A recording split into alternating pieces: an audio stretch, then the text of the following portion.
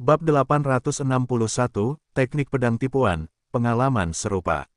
Nama, Sistem Super, Kultivasi 1 klik saya penulis, Wen Jian Zhongnan. Plus mematikan mengatur ulang, itulah teknik pedang tipu daya lembah Qitian Zongzu.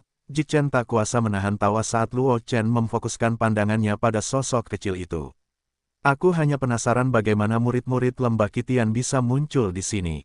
Bukankah mereka selalu memandang rendah kekuatan di luar Zongzu?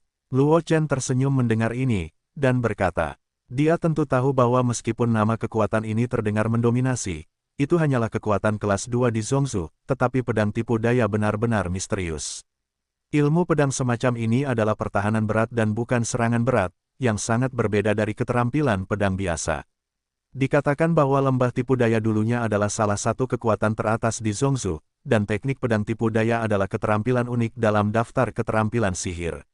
Sangat disayangkan bahwa pemilik lembah tipu daya meninggal saat menjelajahi daerah terlarang, yang menyebabkan berakhirnya warisan teknik pedang tipu daya. Sekarang ilmu pedang tipu daya yang diwarisi oleh lembah Qitian hanya berupa fragmen, dan inilah alasan mengapa lembah Qitian menjadi kelas 2.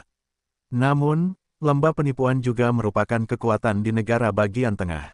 Dengan kesombongan kekuatan-kekuatan di negara bagian tengah itu, mustahil untuk mengirim murid untuk berpartisipasi dalam acara besar di negara kecil di wilayah selatan. Situasi di lembah penipuan tidak baik sekarang, Jichen menjelaskan setelah mendengar ini, anak suci, Anda juga harus tahu bahwa lembah penipuan adalah kekuatan teratas di Zongzu pada awalnya, tetapi warisan itu rusak secara tidak sengaja, dan kali ini lembah penipuan terjadi setelah perubahan, beberapa tetua di klan dipenggal oleh orang asing yang kuat ketika mereka keluar. Lembah penipuan saat ini mungkin telah benar-benar terdegradasi, dan diperkirakan mereka akan segera diusir dari Zongzu. Mata Luo Chen sedikit memadat ketika dia mendengar ini. Pengalaman lembah penipuan terlalu mirip dengan pengalaman keluarga Luo. Satu-satunya perbedaan adalah bahwa keluarga Luo hanyalah kekuatan teratas dari Kekaisaran Awan Terapung.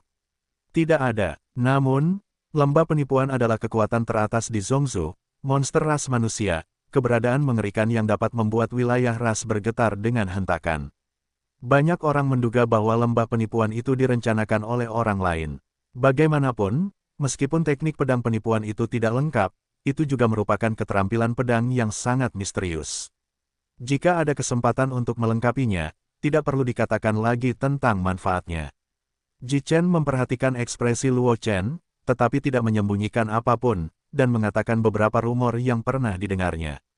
Mungkin kekuatan mana yang ingin menggabungkan lembah penipuan, jadi itu mungkin dimulai secara diam-diam, kata Luo Chen dengan seringai di matanya, nadanya tenang. Pengalaman lembah penipuan dan pengalaman keluarga Luo terlalu mirip, dan teknik pedang penipuan memang sangat menarik. Keterampilan pedang semacam ini dibudidayakan secara ekstrim dan mengklaim dapat dengan mudah menahan kekuatan langit dan bumi, dan mampu menyembunyikan rahasia langit dan bumi, membalikkan hidup dan mati. Dan inilah mengapa ilmu pedang semacam ini berani menggunakan nama penipuan. Jika seseorang mendambakan teknik pedang penipuan-penipuan, bukan tidak mungkin untuk secara diam-diam merancang penipuan demi penipuan. Maka mereka akan melakukan pekerjaan yang tidak berguna. Jichen tersenyum, melihat sekeliling, dan melihat bahwa tidak ada seorang pun yang memperhatikan di sini, dan kemudian merendahkan suaranya, jangan bersembunyi. Dari putra, teknik pedang penipuan yang lengkap sebenarnya tidak menipu surga, tetapi di dalam sekte pedangku. Selain Master Sekte dan Tetua Agung, hanya beberapa tetua tertinggi yang memiliki akses ke pedang penipuan, dan bahkan Master Sekte dan beberapa tetua tertinggi dilarang berlatih pedang penipuan. Mendengar apa yang dikatakan Jichen, mata Luo Chen sedikit memadat, dan tatapannya ke arah Jichen menjadi sedikit lebih tajam. Bagaimana kau tahu berita ini? Kata Luo Chen dengan niat membunuh terpancar dari matanya, nadanya dingin. Jichen hanyalah murid luar Jianzong, dan dia hanya peringkat ke-7 di antara murid luar. Dalam kapasitasnya, mustahil untuk mengetahui rahasia-rahasia ini. Untuk mengetahui rahasia ini, saya khawatir banyak tetua sekte pedang tidak mengetahuinya, tetapi Jichen hanyalah murid dari sekte luar sekte pedang, tetapi dia mengetahui berita itu, dan Jichen sekarang juga menceritakan berita itu kepada dirinya sendiri, yang membuat Luo Chen harus meragukan niat Jichen. Meskipun dia adalah alam seni bela diri kelas 5, dia tahu betul bahwa dia sama sekali bukan apa-apa di hadapan mereka yang benar-benar kuat. Dan kali ini ada beberapa kekuatan yang terlibat, Bahkan lembah penipuan yang penuh tipu daya bukanlah sesuatu yang dapat dia hadapi sekarang, apalagi secara diam-diam merancang kekuatan lembah penipuan. Meskipun dia adalah putra suci Jianzong, jika dia terlibat dalam pusaran air seperti itu, akan sulit baginya untuk mundur. Anak suci itu belum masuk ke Sekte Pedang, jadi wajar saja dia tidak mengerti tingkat tinggi Sekte Pedang saat ini. Ji Chen menyadari niat membunuh Luo Chen, tetapi tidak memasukkannya ke dalam hati, tetapi berkata sambil tersenyum, nama tetua Sekte Pedang adalah Ji Ruhai. Musim, Luo Chen juga orang yang berpikiran tajam. Mendengar apa yang dikatakan Ji Chen, dia merasa sedikit kurang siap menghadapi Ji Chen. Jika Ji Chen ada hubungannya dengan tetua agung Sekte Pedang Ji Ruhai, bukan tidak mungkin untuk memahami urusan kaisar jika dia mendengar berita ini dari mulut Ji Ruhai secara kebetulan. Hanya saja Luo Chen tidak sepenuhnya mengendurkan pertahanannya terhadap Ji Chen. Bagaimanapun, dia belum memasuki Sekte Pedang dan tidak mengetahui situasi Sekte Pedang. Hanya setelah memastikan situasi Sekte Pedang, dia dapat benar-benar yakin bahwa kata-kata Ji Chen benar. Salah. Sebelumnya, dia tidak bisa mengendurkan kewaspadaannya terhadap Ji Chen. Melihat ekspresi Luo Chen, Ji Chen juga tahu bahwa kegagalan sesaatnya telah menyebabkan kewaspadaan Luo Chen, dan dia tidak bisa menahan senyum. Dia benar-benar tidak punya pikiran lain. Dia kebetulan berbicara tentang teknik pedang penipuan, dan kemudian dia tidak bisa menahan diri untuk mengatakannya, dan dia sama sekali tidak punya niat lain. Tetapi dia juga tahu bahwa tidak ada gunanya menjelaskan ini sekarang. Ketika Luo Chen pergi ke Sekte Pedang, kesalahpahaman itu secara alami akan terselesaikan. Dia sekarang mencoba cara untuk bertahan, tetapi itu akan memperdalam kesalahpahaman, jadi dia tidak banyak bicara, dan langsung mengarahkan pandangannya ke atas. Jangan terus berjuang tentang topik ini. Luo Chen tidak banyak bicara ketika dia melihatnya, dan untuk sementara mengesampingkan pikiran yang mengganggu di dalam hatinya, tetapi matanya tertuju pada sosok yang menggunakan teknik pedang tipuan, ingin melihat apakah dia bisa melihat petunjuk apapun. Luo Chen masih sangat tertarik dengan teknik pedang tipuan. Jika ilmu pedang alternatif semacam ini dengan pertahanan berat dan serangan tidak berat dapat diwujudkan, mungkin dapat meningkatkan keterampilan kendonya banyak. Hanya saja meskipun pemahaman Luo Chen saat ini luar biasa, teknik pedang tipuan bukanlah tingkat umum. Teknik pedang tipuan yang lengkap adalah teknik pedang tertinggi yang berada dalam daftar keterampilan sihir. Meskipun teknik pedang tipuan saat ini tidak lengkap, tetapi ada juga banyak misteri. Jika Luo Chen diberi cukup waktu, dia mungkin dapat memahami seni pedang tipuan, tetapi sekarang sulit untuk melihat terlalu banyak petunjuk. Oleh karena itu, Luo Chen menyerah menonton setelah menonton sebentar, dan kemudian mengalihkan pandangannya ke para jenius lainnya. Setelah menemukan bahwa tidak ada jenius yang cemerlang, Luo Chen hanya duduk bersila dan memasuki kondisi kultivasi. Hanya saja Luo Chen tidak perlu berkultivasi lama sebelum ia harus mengakhiri kondisi kultivasinya, karena token identitas di pinggangnya menyala lagi, yang berarti ia harus bertarung di ring berikutnya. Luo Chen segera bangkit, melangkah keluar, sosoknya menghilang di tempat, dan ia muncul langsung di atas sebuah ring. Tubuh putra suci itu sungguh menakjubkan, Ji Chen tidak bisa menahan diri untuk tidak mendesah ketika melihat pemandangan ini. Meskipun Luo Chen tetap waspada terhadapnya karena kegagalannya sebelumnya, ia tidak menjauh darinya. Oleh karena itu, ia adalah yang paling dekat dengan Luo Chen, dan ia paling intuitif dapat merasakan betapa mengerikannya keterampilan tubuh Luo Chen tadi. Ketika Luo Chen menggunakan keterampilan tubuhnya sebelumnya, ia sama sekali tidak merasakan fluktuasi esensi sejati. Luo Chen telah menghilang di tempat yang sama. Meskipun Luo Chen telah menunjukkan keterampilan tubuh yang sangat kuat ketika ia bertarung dengannya, dibandingkan dengan tangan tadi, itu jauh lebih buruk. Apakah ini memperingatkanku? Ji Chen tidak bisa menahan senyum di dalam hatinya. Meskipun kontaknya dengan Luo Chen tidak terlalu banyak, dia juga tahu bahwa Luo Chen bukanlah karakter yang telah menggoyahkan pasar. Sekarang Luo Chen tiba-tiba menunjukkan postur yang mencengangkan, niatnya tentu saja tidak perlu dikatakan. Sangat tabu untuk berbicara sederhana dan mendalam, bagaimana mungkin aku melupakan ini? Ji Chen menggelengkan kepalanya, sedikit tidak berdaya. Dia tahu bahwa kata-katanya sebelumnya telah membangkitkan kewaspadaan Luo Chen, tetapi dia tidak terlalu banyak berpikir sebelumnya, dan sekarang dia tidak bisa tidak menyesalinya. Berita-berita ini menunggu sampai Luo Chen memasuki Sekte Pedang, mengandalkan identitas putra sucinya, itu mudah didapat, dan bahkan berita bahwa Sekte Pedang memiliki teknik pedang tipuan yang lengkap bukanlah rahasia yang tidak dapat dipahami Luo Chen. Dia akan bisa mendapatkan berita itu bahkan jika dia tidak mengatakan Luo Chen. Dia memberitahu Luo Chen tentang berita itu sekarang bahwa itu tidak akan membantu Luo Chen. Sebaliknya, itu membuat Luo Chen waspada padanya dan menjauhkannya secara diam-diam, hampir membuatnya usahanya sebelumnya sia-sia.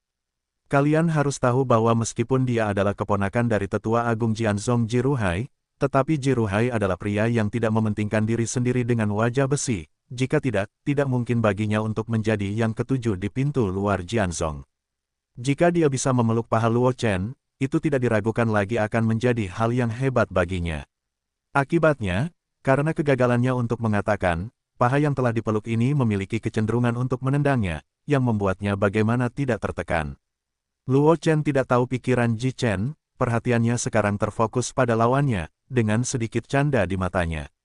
Tanpa diduga, aku bertemu dengan tuan dari keluarga Xiao begitu cepat, kata Luo Chen ringan, menatap lawannya. Di seberangnya ada seorang jenius dari keluarga Xiao bernama Xiao Tai. Dia adalah sepupu Xiao Lai yang memiliki konflik dengannya dalam hal senioritas, dan juga salah satu jenius terkenal dari keluarga Xiao. Sekarang Xiao Tai berusia 23 tahun, dia kebetulan berada di tepi daftar naga. Jika beberapa malam lagi, Xiao Tai ini tidak akan memenuhi syarat untuk berpartisipasi dalam kompetisi daftar naga. Luo, debu. Xiao Tai menatap Luo Chen dengan nada dingin. Dia secara alami mengetahui keluhan antara keluarga Luo dan keluarga Xiao, dan dia tahu betapa besar kerugian yang ditimbulkan Luo Chen pada keluarga Xiao. Luo Chen dapat dikatakan sebagai kekhawatiran besar bagi keluarga Xiao, dan sekarang dia benar-benar bertemu Luo Chen di atas ring, yang tidak diragukan lagi merupakan kabar baik baginya. Meskipun dia tahu bahwa Luo Chen telah menaiki pilar naga tengah, saya khawatir kekuatannya telah mencapai tingkat yang tak terduga, tetapi dia hampir 10 tahun lebih tua dari Luo Chen, dan pengalaman serta pengalaman bertarungnya tidak sebanding dengan Luo Chen. Dengan satu keuntungan ini, dia mungkin tidak akan mampu mengalahkan atau bahkan mengambil kesempatan untuk membunuh Luo Chen. Luo Chen menatap Xiao Tai di depannya, dengan sedikit lebih banyak niat membunuh di matanya. Secara alami, keluhan antara dia dan keluarga Xiao tidak perlu dikatakan. Bahkan jika tidak ada perseteruan berdarah antara keluarga Luo dan keluarga Xiao telah mengirim orang untuk membunuhnya beberapa kali, dan kedua belah pihak telah lama menjadi musuh bebuyutan. Seorang jenius, dia secara alami tidak akan tinggal diam. Terlebih lagi, selain keluhan antara dia dan keluarga Xiao, dia juga memiliki serangkaian tugas yang terkait dengan keluarga Xiao.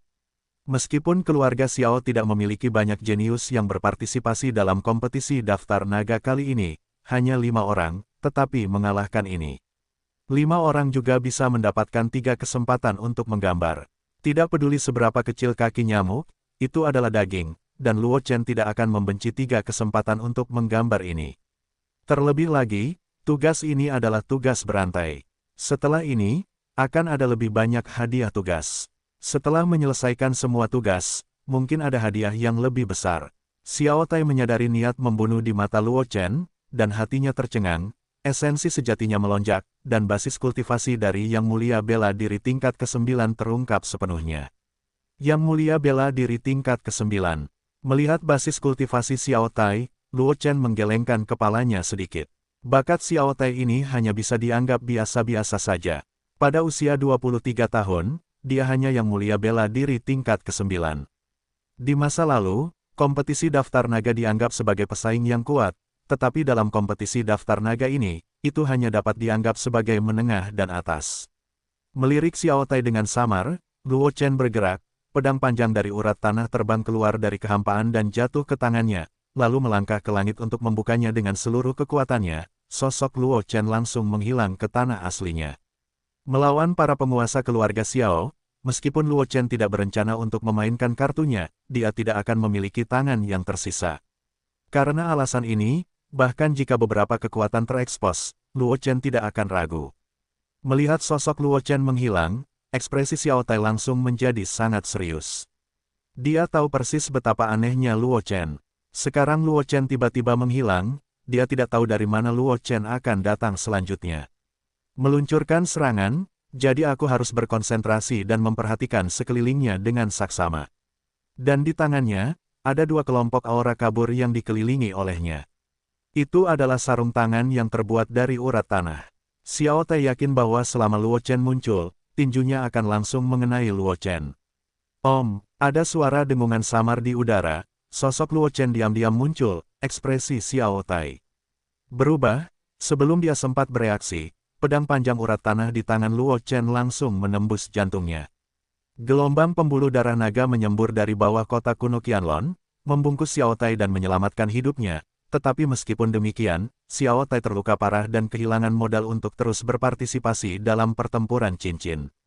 Melihat pemandangan ini, banyak orang memandang Luo Chen dengan sedikit lebih cemburu. Sebagian besar dari mereka adalah para jenius dari dunia luar. Mereka tidak tahu dendam antara keluarga Luo dan keluarga Xiao. Mereka hanya merasa bahwa Luo Chen bertindak mendominasi dan memperlakukan Luo Chen. Debu sedikit takut, dan para jenius Kekaisaran Liu Yun tahu tentang keluhan antara keluarga Luo dan keluarga Xiao tempat Luo Chen berada, dan tidak memiliki kejutan tentang tindakan Luo Chen. Selain itu, keluarga Xiao tidak populer di Kekaisaran Liu Yun, jadi tidak ada jenius Kekaisaran Awan mengalir yang bersedia membantu Xiao Tai muncul. Siswa Luo, berapa banyak kekuatan yang kamu gunakan tadi? Melihat Luo Chen mengakhiri pertempuran, Ye Changli diam-diam mencondongkan tubuh dan bertanya dengan suara rendah. Luo Chen dengan mudah mengalahkan Xiao Tai dengan pedang, yang membuatnya sedikit bingung tentang kekuatan Luo Chen. Meskipun Luo Chen pernah bertarung dengan Ji Chen sebelumnya, pertarungan antara keduanya tidak mengungkapkan terlalu banyak informasi. Dia tidak dapat menggunakan kedua pertarungan ini untuk berspekulasi sejauh mana kekuatan Luo Chen telah mencapai. Tanyakan pada Luo Chen saat ini. Dalam hal ini, bahkan jika dia sayangnya menghadapi Luo Chen nanti, dia akan siap secara mental orang-orang di sekitar, bahkan para jenius yang menganggap Luo Chen bertindak terlalu mendominasi tidak dapat menahan diri untuk tidak menusuk telinga mereka. Mereka sangat ingin tahu tentang kekuatan Luo Chen. Meskipun Luo Chen naik ke tengah pilar naga, dia telah membuktikan kekuatannya yang luar biasa, tetapi apakah itu 3 lintasan Longmen kemudian atau pertarungan dengan Ji Chen, atau bahkan pukulan berat pada Xiao Tai, Luo Chen tidak banyak mengekspos kekuatan. Ini juga membuat mereka bertanya-tanya sejauh mana kekuatan Luo Chen saat ini telah mencapai. Dan pertanyaan yang diajukan Ye Changli saat ini tidak diragukan lagi adalah pertanyaan yang muncul di hati mereka. Jika mereka dapat memahami kekuatan Luo Chen, bahkan jika itu hanya kekuatan kasar, mereka dapat sedikit bersiap saat menghadapi Luo Chen, dan mereka tidak akan mengabaikan Luo Chen. Mendengar kata-kata Ye Changli, Luo Chen tersenyum dan berkata dengan nada tenang, setengah dan setengah. Tidak butuh banyak usaha baginya untuk mengalahkan Xiao Tai. Jika bukan karena alasan Xiao Tai berasal dari keluarga Xiao, dia mungkin tidak dapat menggunakannya. Jika semua orang di sekitarnya berpikir bahwa ia perlu menggunakan setengah dan setengah kekuatannya untuk mengalahkan Xiao Tai, maka ketika mereka bertarung melawannya, saya khawatir mereka akan membawa kejutan besar. Setengah dan setengah, bukankah 30% kekuatannya tidak cukup? Seorang jenius di antara kerumunan berseru, wajahnya penuh dengan keterkejutan. Meskipun esensi sejati Xiao Tai dalam martial venerable tingkat 9 itu sia-sia, dan kekuatan tempur yang sebenarnya mungkin hanya setingkat martial venerable tingkat 7, kekuatannya tidak lemah. Di antara orang-orang yang hadir, mungkin hanya sedikit lebih dari setengahnya yang dapat mengalahkan Xiao Tai secara stabil, dan banyak dari mereka perlu melakukan yang terbaik untuk mengalahkan Xiao Tai. Dan Luo Chen baru saja menggunakan kurang dari 30% kekuatannya untuk mengalahkan Xiao Tai, yang benar-benar mengejutkan mereka. Untungnya, masih ada kekuatan pertempuran, banyak orang di kerumunan juga menghela napas lega. Di mata mereka, Xiao Tai hanyalah seekor semut yang dapat dengan mudah dihancurkan sampai mati. Mereka yakin bahwa mereka dapat dengan mudah mengalahkan Xiao Tai dengan kekuatan 30% mereka. Tampaknya mereka masih memiliki kemampuan untuk melawan Luo Chen. Kesenjangan seperti itu tidak akan membuat mereka merasa putus asa. Namun, Ye Changli dan yang lainnya melirik para jenius di kerumunan, dan rasa kasihan melintas di mata mereka. Mereka sangat jelas tentang temperamen Luo Chen. Meskipun Luo Chen tidak suka berbohong, tindakan Luo Chen dalam mengalahkan Xiao Tai tadi terlalu rapi. Jelas Luo Chen dapat mengalahkan Xiao Tai bahkan tanpa menggunakan kekuatan sekuat itu. Karena Xiao Tai termasuk dalam keluarga Xiao, itulah yang membuat Luo Chen sangat memperhatikannya. Jika mereka benar-benar berpikir bahwa Luo Chen perlu menggunakan kekuatan sekuat itu untuk mengalahkan Xiao Tai, mungkin mereka akan menderita kerugian besar. Namun, Ye Changli dan yang lainnya tentu saja tidak akan mengingatkan para jenius di sekitarnya.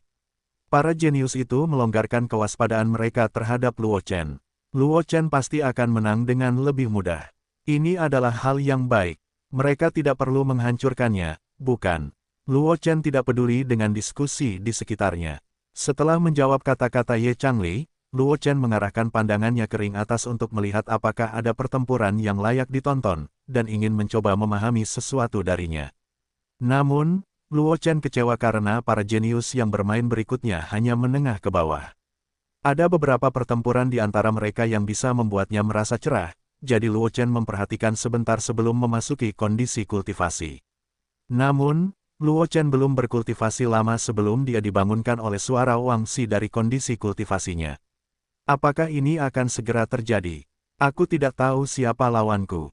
Luo Chen terbangun dari kondisi kultivasinya dan menatap Wang Xi dengan sedikit rasa ingin tahu di matanya. Wang Xi memiliki hati pedang yang jernih dan sangat berbakat dalam ilmu pedang. Dia juga mengetahui dari Wang Xi bahwa Wang Xi dihargai oleh seorang tetua pedang dan diterima sebagai murid. Mungkin dia dan Wang Xi akan memiliki kesempatan untuk menjadi saudara di sekte yang sama, mungkin. Oleh karena itu, Luo Chen lebih memperhatikan kekuatan Wang Xi. Di bawah tatapan Luo Chen dan yang lainnya, Wang Xi melompat ke atas cincin urat tanah, dan lawan Wang Xi juga dengan cepat naik ke panggung. Itu adalah pria agung dengan energi urat tanah di tangannya. Tongkat tebal Cheng, telanjang di tubuh bagian atas, memperlihatkan otot-otot yang meledak-ledak. Apakah ini murid lembah batu biru? Tatapan Luo Chen jatuh pada plakat giok biru yang tergantung di pinggang pria agung itu, dan berkata dengan suara yang dalam. Dia telah mendengar tentang kekuatan ini, dan itu bukanlah kekuatan terbaik di wilayah selatan ras manusia. Serius, itu sedikit lebih kuat dari kekaisaran awan mengalir. Penguasa lembah Blue Stone Valley hanyalah seorang ahli bela diri. Wilayah selatan benar-benar bukan apa-apa. Namun di wilayah selatan ras manusia, tidak ada yang berani menyerang lembah Blue Stone, karena pemilik lembah Blue Stone adalah saudara lelaki yang sangat kuat di Tanah Suci. Sekali saja menyerang lembah Blue Stone, kemungkinan besar akan membuat marah para ahli dari alam Master Suci, yang juga menyebabkan bahwa meskipun lembah Blue Stone jauh dari kekuatan teratas di wilayah selatan ras manusia, hanya sedikit orang yang mau memprovokasinya. Selain itu, para pengikut lembah Blue Stone bertindak rendah hati dan jarang membuat masalah di luar, tetapi itu membuat lembah Blue Stone berakar kuat di bawah pengawasan banyak kekuatan di wilayah selatan ras manusia. Metode tongkat Blue Stone. Lembah Blue Stone tidak kecil di wilayah selatan ras manusia. Metode tongkat ini sangat bagus dalam mengumpulkan kekuatan, dan setiap tongkat lebih kuat dari yang sebelumnya. Jika para pengikut King Shigu menumpangkan kekuatan tongkat ke titik yang sangat kuat, akan mudah untuk mengalahkan lawan yang lebih kuat. Ya, dia adalah keturunan King Shigu, Ji Chen, yang tidak jauh dari Luo Shen, berkata, orang itu adalah seorang jenius dari generasi King Shigu. Namanya King Yan, kekuatannya tidak boleh diremehkan. Saya khawatir saya telah bertemu lawan kali ini. Jika Anda tidak berhati-hati, kemungkinan besar Anda akan kalah di tangan King Yan.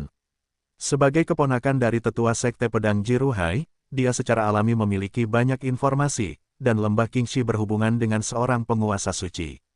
Oleh karena itu, meskipun lembah Qingxi hanya merupakan kekuatan kecil di wilayah selatan, dia juga mempelajarinya setelah tiba di wilayah selatan. Beberapa informasi tentang kekuatan ini kebetulan mengetahui berita King Yan. Mendengar kata-kata Ji Chen, ekspresi Luo Chen tidak berubah, tetapi di lubuk hatinya dia sedikit penasaran dengan metode tongkat batu biru dari lembah Qingxi. Jika seni bela diri semacam ini dapat ditumpuk tanpa batas, saya khawatir kekuatannya akan sangat menakjubkan. Namun, Luo Chen juga tahu bahwa pikirannya tidak diragukan lagi adalah mimpi yang bodoh. Meskipun masing-masing tongkat batu biru lebih kuat dari yang sebelumnya, seni bela diri semacam ini jelas membutuhkan tubuh fisik yang kuat untuk mengendalikannya. Jika kekuatan fisik tidak cukup, mungkin menunggu sampai setelah metode tongkat batu biru ditumpangkan ke kekuatan tertentu. Prajurit yang menggunakan metode tongkat ini pertama-tama akan dibalas oleh metode tongkat batu biru. Sedikit saja, dia akan terluka, dan dia akan jatuh di tempat. Sambil menggelengkan kepalanya, Menyingkirkan pikiran-pikiran yang mengganggu di benaknya, Luo Chen hendak mengalihkan pandangannya ke ring tempat Qing Yan dan Wang Xi berada. Meskipun metode tongkat batu biru memiliki banyak kekurangan, seni bela diri ini juga memiliki banyak hal yang dapat dipelajarinya. Jika dia dapat memadukan metode tongkat batu biru ke dalam air yang mengalir, kekuatannya mungkin akan meningkat pesat. Selain Luo Chen, banyak orang mengalihkan perhatian mereka ke ring tempat Wang Xi dan Qing Yan berada. Banyak dari mereka yang penasaran dengan metode tongkat batu biru, tetapi kebanyakan dari mereka ingin tahu seberapa kuat Wang Xi. Bagaimanapun, Wang Xi adalah salah satu jenius yang berhasil menaiki 9 pilar naga di dekat pusat, dan juga terkait erat dengan Luo Chen, Zhang Juechen, dan Ye Changli. Sebelum trio Luo Chen mengalahkan lawan mereka dengan mengerikan, mereka juga ingin melihat seberapa kuat Wang Xi, yang terkait erat dengan trio Luo Chen, yang dimiliki. Di bawah tatapan semua orang, Qing Yan dan Wang Xi tidak ragu-ragu, dan langsung melambaikan senjata mereka dan saling menyerang. Tongkat panjang Earth Vein Qi di tangan Qing Yan menghancurkan kepala Wang Xi, dan kekuatan besar yang dibawa oleh tongkat panjang itu membuat udara di sekitarnya beriak. Jika dia terkena tongkat yang kuat dan tenggelam ini, saya khawatir Wang Xi akan kehilangan banyak kekuatan tempur bahkan jika dia tidak terluka parah dan tidak akan mampu bersaing dengan Qing Yan.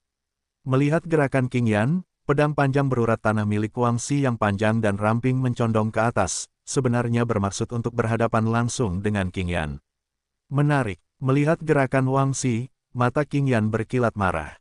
Meskipun kekuatan lembah Qingxi tidak kuat, metode tongkat batu biru adalah seni bela diri yang terkenal di wilayah selatan ras manusia, dan serangan sekte lembah batu biru selalu dikenal tangguh. Bahkan para jenius dari pasukan teratas di wilayah selatan akan memilih untuk mundur saat menghadapi serangan orang-orang sekte lembah batu biru, dan kemudian mencari peluang untuk menemukan kelemahan.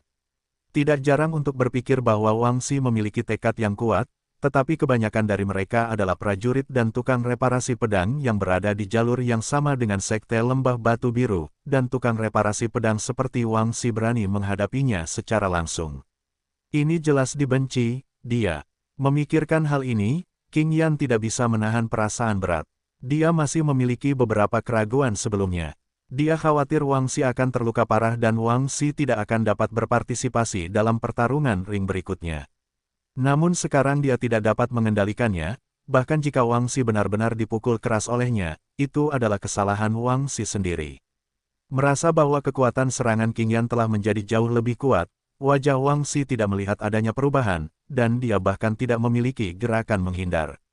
Kecepatan pedang Ki Bumi yang panjang dan ramping di tangannya tiba-tiba meningkat beberapa poin, bertabrakan dengan tongkat panjang urat bumi di tangan Qing Yan. Boom! Sebuah tabrakan tumpul terdengar di atas ring. Wang Xi dan Qing Yan masing-masing melangkah mundur beberapa langkah, berdiri diam di atas ring, mata mereka saling menatap, dan mata mereka menjadi lebih serius. Qing Yan mundur 3 langkah, lalu Wang Xi hanya mundur 2 langkah. Orang bermata tajam di bawah berkata dengan heran. Sebagai tukang reparasi pedang, kemampuan Wang Xi untuk berhadapan langsung dengan seorang prajurit seperti Qing Yan yang mengambil rute yang ganas membuat mereka sangat terkejut. Sekarang Wang Xi memiliki sedikit keunggulan, yang membuat mereka semakin luar biasa. Kita harus tahu bahwa Qing Yan, sebagai orang sombong dari generasi lembah Qingxi, telah mempraktikkan metode tongkat batu biru hingga ke tingkat keharmonisan antara manusia dan alam. Selain itu, basis kultivasinya sebanding dengan Wang Xi. Awalnya, semua orang mengira bahwa Wang Xi dan Qing Yan berhadapan langsung hanya hasil dari langkah yang tidak bijaksana. Itu bukanlah Wang Xi yang mereka bayangkan, tetapi Qing Yan yang dengan suara bulat optimis tentang mereka. Ini benar-benar mengejutkan mereka. Luo Chen dan yang lainnya tidak merasa terkejut.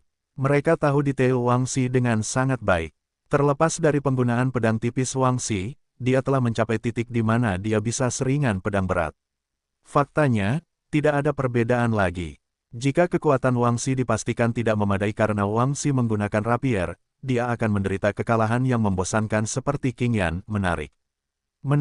Qing Yan, yang ditolak oleh Wang Xi dan bahkan samar-samar jatuh ke angin, tidak dapat melihat frustrasi di wajahnya, tetapi tertawa liar. Aku tidak bisa berpikir bahwa kamu juga seorang pejuang yang mengambil garis keras, tetapi ini juga baiklah, aku akan merasa lebih puas dengan mengalahkanmu. Sebelum kata-kata itu jatuh, otot-otot peledak Qing Yan tiba-tiba bertabrakan dalam sebuah lingkaran, dan sedikit warna keabu-abuan muncul di kulit, seolah-olah lapisan baju besi batu tambahan. Ini, Luo Chen memperhatikan perubahan pada Qing Yan, matanya sedikit menyipit. Dia terlalu akrab dengan perubahan ini, karena ini adalah tubuh pertempuran batu raksasa yang dimiliki oleh klan roh raksasa. Dia pernah mendengar si Huang Hongye menyebutkan tubuh pertempuran ini. Meskipun tubuh pertempuran batu raksasa bukanlah tubuh pertempuran teratas dalam keluarga roh raksasa, itu bahkan bukan tubuh pertempuran tingkat menengah, dan itu lebih dari bakat tubuh fantasi yang dimiliki oleh Hongye. Jauh lebih rendah, tetapi tubuh pertempuran semacam ini juga memiliki kekuatan yang sangat kuat. Tubuh pertempuran batu raksasa dapat meningkatkan kekuatan pertahanan pemilik tubuh pertempuran dalam waktu singkat, dan yang lebih penting, kekuatan pemiliknya akan berlipat ganda. Beberapa pemilik tubuh pertempuran batu raksasa yang berbakat bahkan dapat mengembangkan tubuh pertempuran batu raksasa untuk mengerahkan kekuatan 10 kali atau bahkan 100 kali lipat selama tubuh pertempuran ditampilkan. Meskipun Qing Yan tidak dapat mengembangkan tubuh pertempuran batu raksasa sejauh itu, bahkan jika kekuatannya hanya berlipat ganda, itu sudah cukup bagi Wang Xi untuk minum sepanci. Ini adalah tubuh pertempuran batu raksasa dari klan roh raksasa. Aku tidak menyangka bahwa ada garis keturunan klan roh raksasa di tubuh Qing Yan ini. Ji Chen juga mengenali tubuh pertempuran yang dimiliki oleh Qing Yan, dan tidak dapat menahan diri untuk tidak berkata dengan sedikit terkejut. Tubuh pertempuran batu raksasa ini sama dengan api nirvana dari klan Phoenix. Tanpa garis keturunan klan roh raksasa, mustahil untuk memiliki fisik ini. Qing Yan dapat memiliki tubuh pertempuran batu raksasa. Jelas, dia memiliki hubungan dengan klan roh raksasa, dan tubuhnya bahkan lebih mengalir darah keluarga roh raksasa. Namun, keluarga roh raksasa selalu memiliki hubungan yang baik dengan ras manusia. Status darah campuran keluarga roh raksasa dan ras manusia di wilayah ras manusia tidak berbeda dengan ras manusia normal. Selain itu, bahkan jika ras manusia memiliki darah keluarga roh raksasa, itu tidak lebih dari sekadar orang biasa. Orang-orang lebih kuat, tetapi tidak ada karakteristik lain yang jelas. Jika ras manusia dengan darah roh raksasa tidak mengambil inisiatif untuk mengungkapnya, pada dasarnya tidak ada yang bisa tahu bahwa dia memiliki darah ini. Dalam penyelidikan sebelumnya terhadap Qing Yan oleh Ji Chen, saya tidak menemukan informasi apapun bahwa Qing Yan memiliki garis keturunan dari keluarga roh raksasa. Jelas, Qing Yan ini adalah kartu truf yang disiapkan oleh lembah Qingxi dan bermaksud untuk mendapatkan peringkat yang baik dalam kompetisi daftar naga. Bahkan dengan bantuan Qing Yan, mencapai daftar Tianjiao Selatan di wilayah selatan ras manusia. Mungkin aku bisa berbicara dengan Qing Yan nanti. Luo Chen secara alami tahu apa yang diwakili oleh tubuh pertempuran batu besar Qing Yan. Kaisar batu yang kebetulan berada di alam misterius langit misterius seharusnya tertarik pada Qing Yan, yang memiliki garis keturunan dari keluarga roh raksasa. Mungkin kita dapat menggunakan kesempatan ini untuk menarik Qing Yan dan lembah batu biru di belakangnya bersama-sama. Meskipun lembah batu biru hanya merupakan kekuatan kelas 2 di wilayah selatan, itu hanya sedikit lebih kuat dari Kekaisaran Liu Yun, tetapi pemimpin lembah batu biru dan seorang penguasa suci adalah hubungan hidup dan mati. Berdasarkan hal ini saja, status lembah batu biru di wilayah selatan ras manusia tidak akan rendah. Begitu dia memenangkan lembah batu biru, saat dia meninggalkan Kekaisaran Awan mengalir untuk pergi keluar mencari pengalaman, dia akan bisa mendapatkan dukungan ekstra kuat. Meskipun dia pasti akan pergi ke Jianzhong nanti, dia tidak berniat untuk tinggal di Jianzhong untuk waktu yang lama. Dia akan tinggal di wilayah selatan ras manusia setiap saat. Dengan dukungan kuat seperti Qing Shigu, dia tidak perlu terlalu cemburu saat bertindak, tapi untuk saat ini, mari kita lihat seberapa jauh teknik tongkat batu biru ini dapat berada di bawah restu dari tubuh pertempuran batu raksasa, kan? Setelah Luo Chen mengamati dengan saksama di dalam hatinya, dia kemudian mengarahkan pandangannya ke cincin itu, dengan sedikit lebih banyak harapan di matanya. Kombinasi metode tongkat batu biru dan tubuh pertempuran batu raksasa, yang selalu dikenal karena kekokohannya, saling melengkapi. Kekuatan keduanya bisa lebih dari sekadar 1+1. Kombinasi keduanya dapat benar-benar meledakkan kekuatan teror yang tak terbayangkan. Di bawah tatapan Luo Chen, Qing Yan mengeluarkan siulan panjang, dan tongkat panjang di tangannya mengambil bayangan langit yang penuh dengan tongkat, mendesing ke arah Wang Xi. Kemanapun tongkat panjang itu lewat, ruang di sekitarnya samar-samar terdistorsi. Jika kekuatan Qing Yan bisa lebih kuat, mungkin bisa langsung menghancurkan ruang dengan kekuatan kasar. Ekspresi Wang Xi menjadi sangat serius. Meskipun dia tidak dapat mengenali tubuh pertempuran batu raksasa yang dimiliki Qing Yan, dia juga memperhatikan gelombang kekuatan di tubuh Qing Yan. Menghadapi tongkat agresif Qing Yan, Wang Xi tidak punya pilihan. Berhadapan langsung. Meskipun dia dapat melakukannya dengan mudah, dia tidak diragukan lagi tidak dominan terhadap Qing Yan dalam keadaan ini. Jika dia memilih untuk berhadapan langsung saat ini, dia tidak diragukan lagi bodoh. Oleh karena itu, Wang Xi langsung menggunakan teknik tubuhnya untuk menghindari pukulan Qing Yan, dan muncul di belakang Qing Yan, menyapu cahaya pedang yang tak terhitung jumlahnya dari pedang panjangnya, menutupi Qing Yan. Kulit Qing Yan tetap tidak berubah, dan dia mengabaikan cahaya pedang sama sekali. Dia terus melambaikan tongkat panjang di tangannya, dan kekuatannya sedikit lebih kuat dari sebelumnya, menyebabkan riak di ruang di sekitar tongkat panjang itu. Jika kamu menghindar secara membabi buta, aku khawatir Sue Changwang tidak akan bertahan lama sama sekali, bisik Luo Chen ketika dia melihat adegan ini. Dia sangat menyadari peran tubuh pertempuran batu raksasa. Setelah tubuh diperkuat oleh tubuh pertempuran batu raksasa, tubuh fisik Qing Yan jelas dapat mendukungnya untuk mendorong kekuatan metode tongkat batu biru ke tingkat yang lebih tinggi.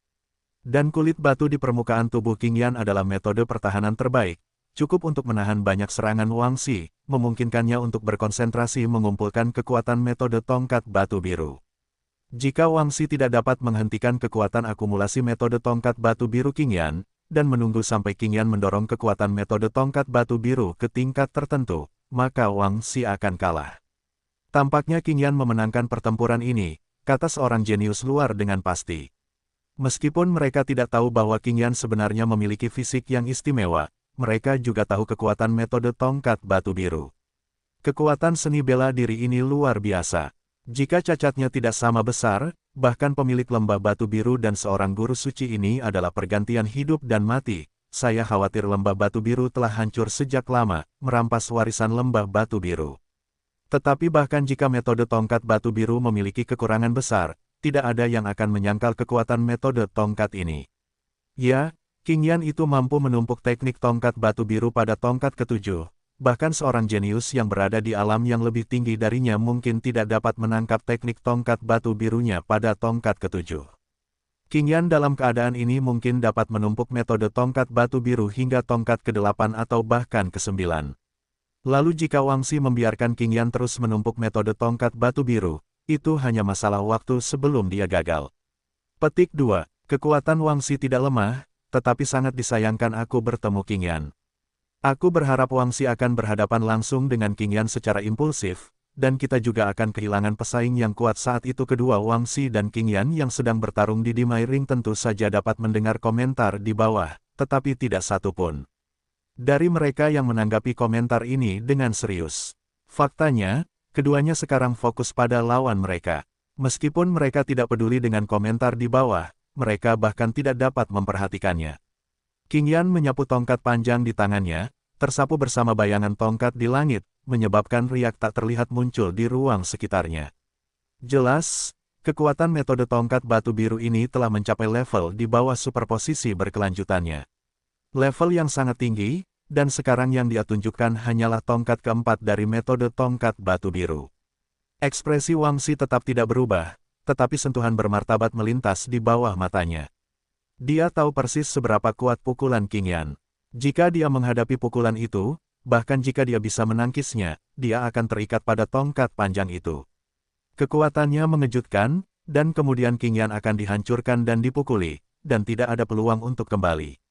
Meskipun kelemahan dari metode tongkat batu biru ini jelas, kekuatannya sebenarnya tidak seperti itu, ditambah dengan fisiknya yang istimewa, kekuatan yang dapat dikeluarkan setelah kombinasi keduanya tidak mudah dihadapi oleh orang biasa. Wang Xi mendesah dalam hati, matanya menajam, sepertinya kamu hanya bisa menggunakan trik itu. Memikirkan hal ini, bulan terang yang menyilaukan diam-diam muncul di belakang Wang Xi, dan kecemerlangan dingin itu tumpah, membuat orang merasa sedikit kedinginan. Apa ini? Seorang jenius di bawah tidak dapat menahan diri untuk bertanya. Hanya menatap bulan terang di belakang Wang Xi, dia merasa seolah-olah sedang diarahkan oleh bilah tajam yang tak terhitung jumlahnya. Selama ada perubahan, dia akan dibagi oleh bilah-bilah itu, jadi meskipun dia hanya tahu itu hanya ilusinya sendiri bahwa Wang Xi, yang berada di cincin denyut nadi tanah saat ini, tidak dapat menyakitinya sama sekali. Dia masih tidak bisa menahan diri untuk tidak menggigil dan gemetar. Tatapan Luo Chen juga menjadi serius. Penglihatannya jauh lebih kuat daripada orang biasa. Dia bisa melihat bahwa bulan terang di belakang Wang Xi dibentuk oleh cahaya pedang yang tak terhitung jumlahnya, tetapi cara cahaya pedang itu ditumpangkan terlalu kuat. Terlalu pintar, jadi orang tidak dapat melihat kelainan apapun. Keterampilan pedang sekte pedang. Luo Chen menatap Ji Chen di sampingnya, meskipun dia bertanya-tanya, dia menggunakan nada positif. Keterampilan pedang semacam ini, selain dari sekte pedang, saya khawatir hanya sedikit kekuatan di daratan yang dapat memperolehnya, dan Wang Xi diterima sebagai murid oleh seorang tetua sekte pedang, dan tidak mengherankan bahwa tetua itu mengajarkan beberapa keterampilan pedang sekte pedang. Putra Suci menebak dengan benar, itu memang ilmu pedangku, si Rising Bright Moon. Ji Chen mengangguk pelan saat mendengar perkataan Luo Chen, dan berkata, hanya saja syarat untuk latihan ilmu pedang ini terlalu berat. Terlalu keras, hanya seorang jenius dengan hati pedang yang jernih yang bisa berlatih.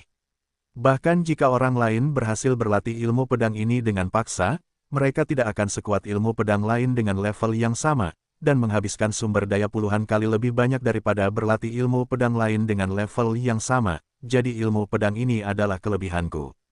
Sangat sedikit orang di Jianzhong yang berlatih. Mendengar perkataan Ji Chen, Luo Chen mengangguk sedikit dan tidak banyak bicara. Dia bisa merasakan betapa sulitnya mengendalikan pedang Guang Yue di belakang Wang Xi.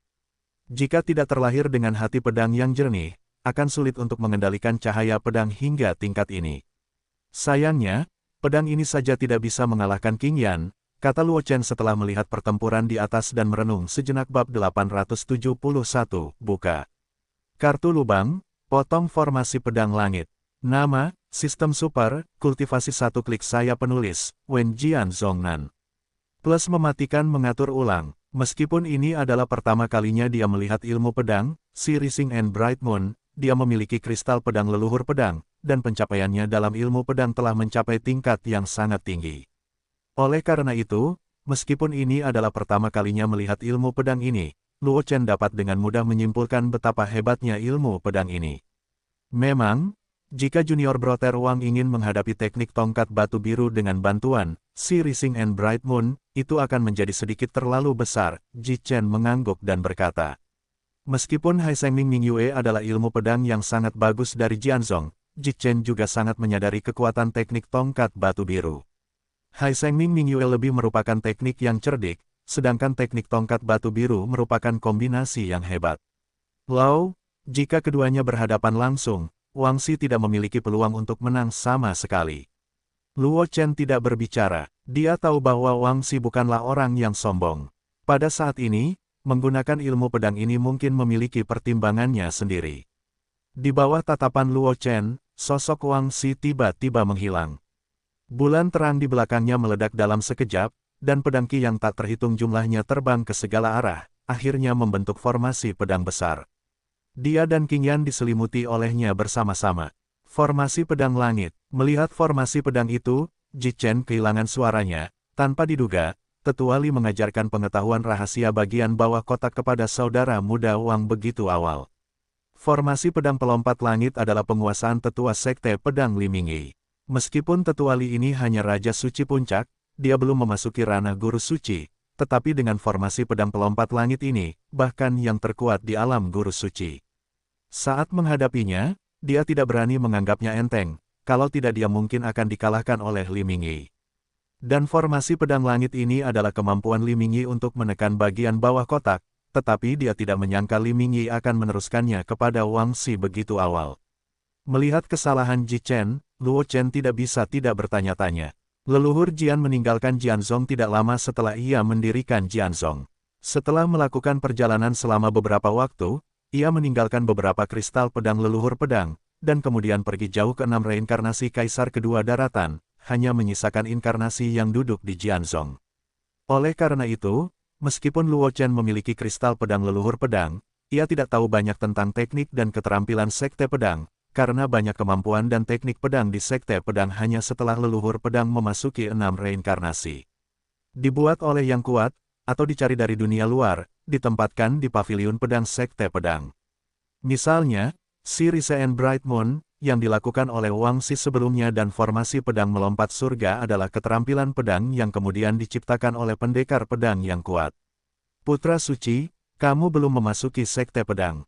Aku tidak tahu bahwa formasi pedang melompat surga itu normal. Melihat ekspresi Luo Chen, Ji Chen segera menjelaskan, bagian formasi pedang surgawi ini adalah tetua Jianzong Biyun Feng milikku, Li. Pengetahuan tak tertandingi Mingyi di dasar kotak, dengan formasi pedang ini, tetua Li bahkan membunuh seorang master di ranah master suci dengan kultivasi Raja Suci. Hati Luo Chen bergetar ketika mendengar ini. Kesenjangan antara alam Raja Suci dan alam Dewa Suci bahkan lebih besar daripada kesenjangan antara alam Raja Suci dan orang-orang biasa, kecuali bagi para Tianjiao. Yang mempraktikkan teknik rahasia teratas, hampir mustahil bagi orang lain untuk menggunakan kultivasi alam Raja Suci untuk melawan para master alam Dewa Suci, apalagi dipenggal. Kemampuan tetua sekte pedang Li Mingyi untuk membunuh penguasa suci dengan tubuh Raja Suci dengan formasi pedang melompat surga menunjukkan betapa kuatnya formasi pedang surgawi ini. Di cincin urat tanah, King Yan juga memperhatikan kekuatan tersembunyi dari formasi pedang surga Jietian, dan wajahnya menjadi sangat bermartabat, tetapi gerakan di tangannya tidak melambat sama sekali. Tongkat panjang yang dibentuk oleh energi urat tanah melesatkan Wang Xi melintasi langit. Kombinasi tongkat dan foto itu benar-benar merobek kekosongan secara langsung, meninggalkan celah ruang gelap tempat tongkat panjang itu lewat ekspresi Wang Xi tetap tidak berubah, tetapi cahaya pedang yang tajam bermekaran di bawah matanya. Roh pedang beterbangan di mana-mana, karena formasi pedang Jietian berani menggunakan nama Jietian, bagaimana mungkin itu adalah produk biasa. Cahaya pedang yang tak terhitung jumlahnya menembus kehampaan dan meledak di depan King Yan. Bahkan jika pertahanan tubuh pertempuran batu raksasa King Yan luar biasa, sebelum cahaya pedang yang tak berujung meledak di depannya, masih ada kekuatan untuk menangkis, perlahan mundur ke belakang. Sayang sekali, Luo Chen menggelengkan kepalanya ketika dia melihat pemandangan ini, tampak menyesal. Formasi pedang melompat langit memang merupakan formasi yang sangat rapuh, tetapi sangat disayangkan bahwa kekuatan Wang Xi saat ini tidak dapat mendukungnya untuk mengendalikan formasi pedang melompat langit. Sudah menjadi batas Wang Xi untuk dapat mengatur formasi pedang ini. Menguasai formasi pedang yang sangat indah, Wang Xi hanya dapat mengendalikan ledakan cahaya pedang, menggunakan cara yang paling brutal ini untuk menyerang King Yan. Saya khawatir pertarungan ini akan berakhir seri, dan pada akhirnya kedua belah pihak akan kalah dalam satu pertandingan. Ji Chen di samping juga mengangguk dengan ekspresi serius. Dia juga menemukan masalah Wang Xi. Formasi pedang pelompat langit sangat kuat, tetapi untuk mengerahkan kekuatan supernya, pemain formasi harus memiliki kekuatan untuk mengendalikan formasi pedang pelompat langit. Namun, kekuatan Wang Xi saat ini hanya memungkinkannya untuk mengatur formasi pedang langit dengan enggan, dan dia tidak dapat mengendalikan formasi pedang untuk menyerang King Yan lebih jauh. Bentrokan ini kemungkinan akan berakhir dengan hasil seri antara King Yan dan Wang Xi. Menurut aturan pertarungan ring, jika seri, kedua belah pihak akan kalah dalam satu pertandingan. Hasil ini sangat tidak menguntungkan bagi King Yan dan Wang Xi. Di bawah tatapan semua orang, pertarungan antara Wang Xi dan King Yan dengan cepat berakhir.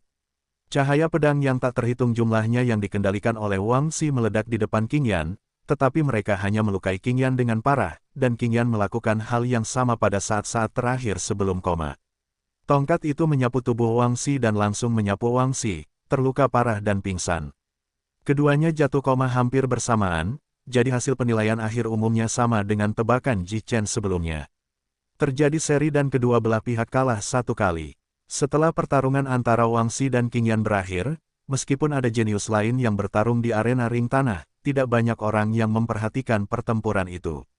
Mereka telah melihat pertarungan antara Wang Xi dan King Yan, dan melihat para jenius itu bertarung sama seperti mengunyah. Luo Chen tidak memperhatikan beberapa pertempuran berikutnya. Salah satu alasannya, tidak ada seorang jenius kelas berat dalam pertempuran berikutnya, dan dia tidak dapat menarik banyak minat untuk menonton pertempuran tersebut, dan yang lebih penting adalah Luo Chen telah menonton sebelumnya. Formasi pedang pelompat langit yang disusun oleh Wang Xi memiliki beberapa wawasan. Perlu diketahui bahwa pemahamannya telah mencapai tingkat yang sangat tinggi karena seringnya memasuki alam pencerahan dan alasan mengambil teh kuno dan daun teh pencerahan. Meskipun formasi pedang pelompat langit terlalu misterius dan metode Wang Xi sangat kasar, dia tidak dapat melihat banyak darinya, tetapi banyak wawasan muncul darinya.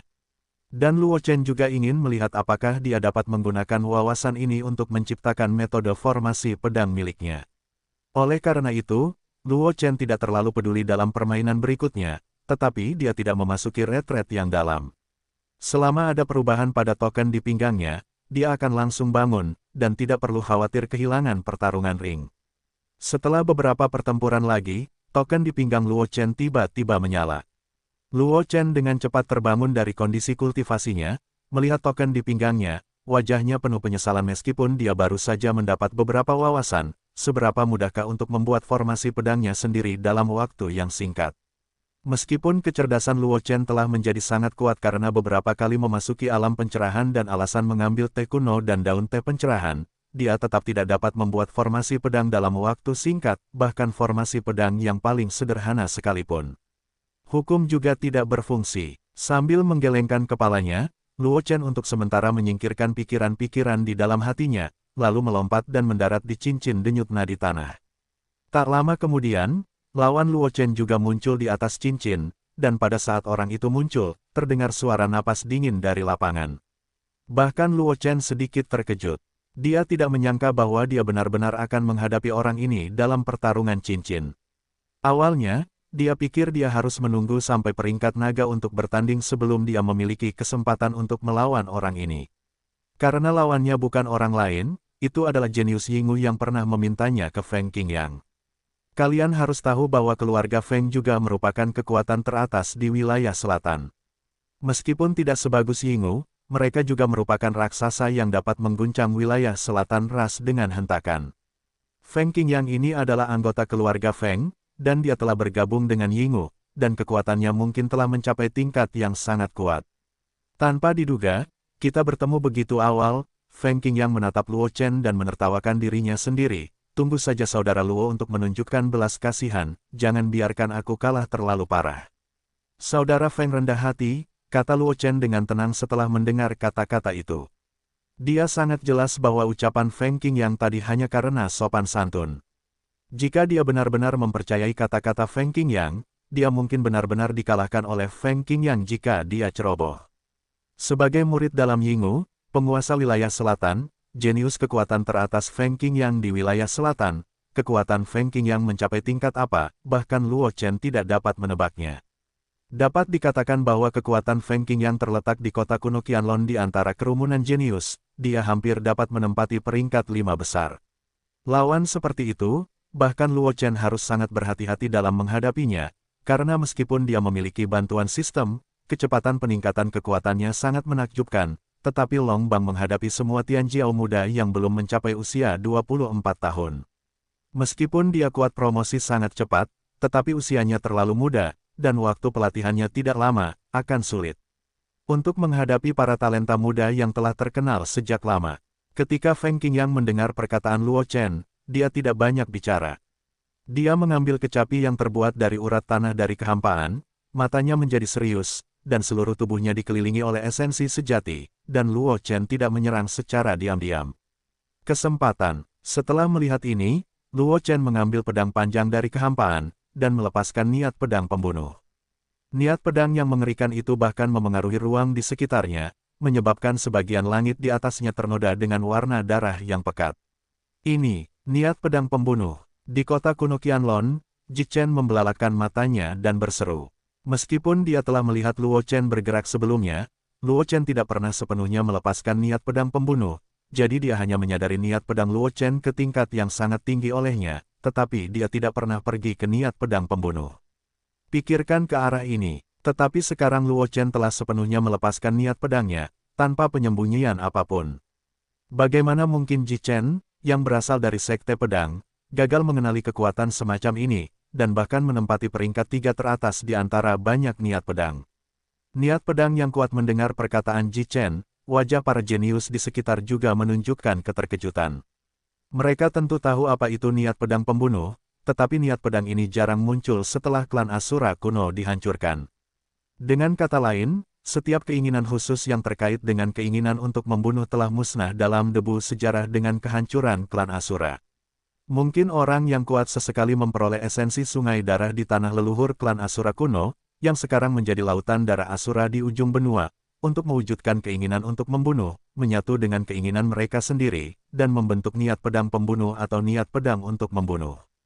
Tetapi esensi sungai darah jarang lahir, bahkan pasukan teratas di daratan sangat didambakan oleh esensi sungai darah. Oleh karena itu, setiap kali esensi sungai darah lahir, itu akan menarik banyak orang untuk bersaing, seperti wilayah selatan ras manusia, kecuali lembah suara. Selain itu, pasukan lain tidak memiliki kualifikasi untuk bersaing memperebutkan esensi sungai darah. Tetapi Luo Chen sekarang telah mengungkapkan bahwa dia memiliki niat pedang untuk membunuh. Bukankah itu berarti Luo Chen setidaknya telah menyerap esensi sungai darah? Mereka semua tahu bahwa Luo Chen berasal dari Kekaisaran Awan Mengalir, dan secara kebetulan, dipilih oleh leluhur Jian, memperoleh kristal pedang leluhur pedang, dan menjadi salah satu kandidat Raja Jianzong, tetapi mereka juga iri dan kagum terhadap Luo Chen. Tetapi sekarang Luo Chen menunjukkan niat pedang pembunuh, tetapi mereka tidak dapat menahan diri untuk tidak meragukan asal-usul Luo Chen. Sekte pedang tidak pernah maju untuk memperjuangkan esensi sungai darah, jadi Luo Chen tidak dapat memperoleh esensi sungai darah dari sekte pedang, dan Luo Chen, pemilik kristal pedang leluhur pedang yang belum memasuki sekte pedang, tidak memenuhi syarat untuk menjadi anggota sekte pedang. Dapatkan harta karun esensi sungai darah. Namun, dalam hal ini, Luo Chen masih memperoleh esensi sungai darah, dan menyerapnya, memadatkan niat pedang pembunuh. Apa asal-usul esensi sungai darah di tangan Luo Chen? Jika Luo Chen dan kristal pedang leluhur pedang telah memperolehnya bersama-sama, mereka tentu tidak akan peduli. Dengan kekuatan leluhur pedang, mendapatkan esensi sungai darah dari laut darah Asura tidak akan jauh lebih sulit daripada makan dan minum. Namun, jika esensi sungai darah Luo Chen diperoleh dari tempat lain, bukankah bisa dikatakan bahwa ada kekuatan besar di belakang Luo Chen yang tidak kalah dengan Yingwu? Begitu pikiran ini muncul, pikiran itu menyebar seperti rumput hantu di hati banyak orang jenius di kota kuno Qianlong.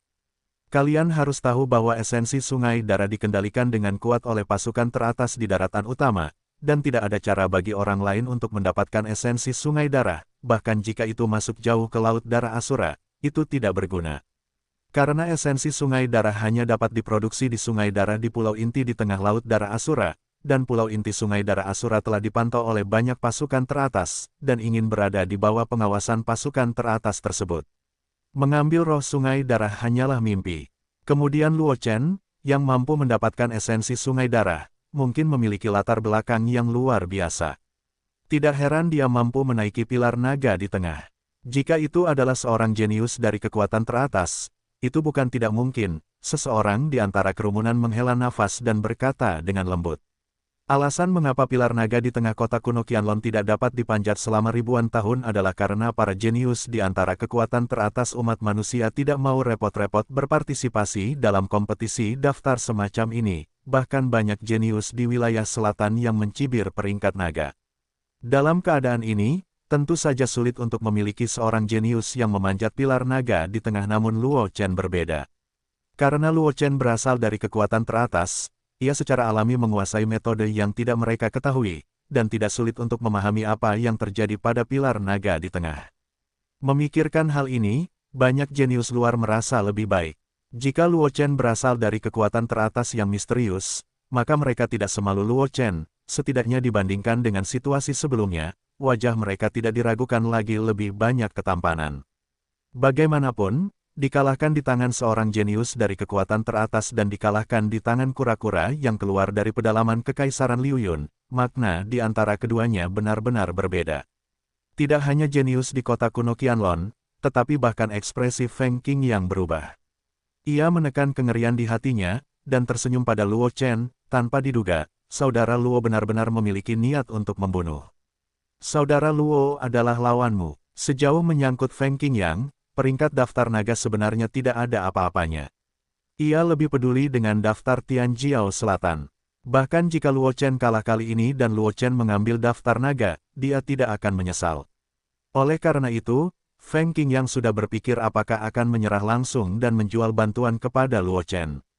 Namun, Feng Qingyang segera menghilangkan ide ini, karena dia tahu bahwa para jenius setingkat Luo Chen memiliki harga dirinya sendiri.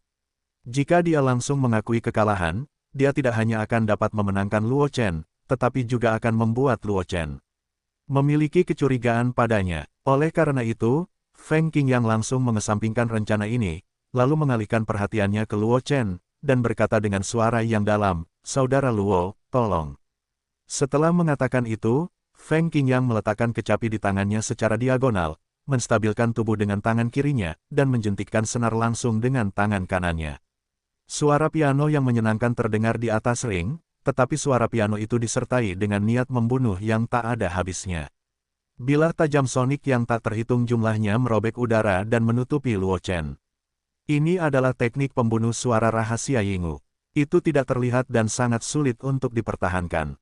Justru dengan teknik pembunuhan suara aneh inilah Yingwu dapat duduk kokoh di posisi penguasa wilayah selatan, dan dengan keras kepala menghancurkan Hall of Lost Tracks. Sungguh metode yang aneh. Mata Luo Chen memadat, leluhur Jian Jianjing dan buku-buku yang dia baca di paviliun buku koleksi Sekte Dewa Binatang memiliki sangat sedikit catatan tentang Yingwu, hanya mengetahui bahwa sekte ini selalu rendah hati. Mewarisi teknik pembunuhan suara aneh, selain itu, tidak ada berita tentang lembah suara.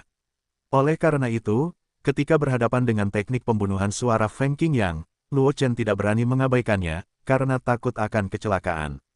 Sambil menarik napas dalam-dalam, Luo Chen mengayunkan pedang panjang di tangannya, dan meletakkan tirai pedang 3 lapis tepat di depannya.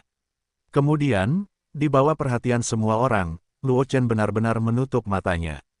Ingin mendengar suaranya, melihat gerakan Luo Chen, Feng Qingyang terkekeh, menggenggam senar dengan tangan kanannya, lalu menjentikkannya tiba-tiba. Dentang, suara seperti hongzong dalu bergema di atas ring, langsung menutupi suara udara yang pecah.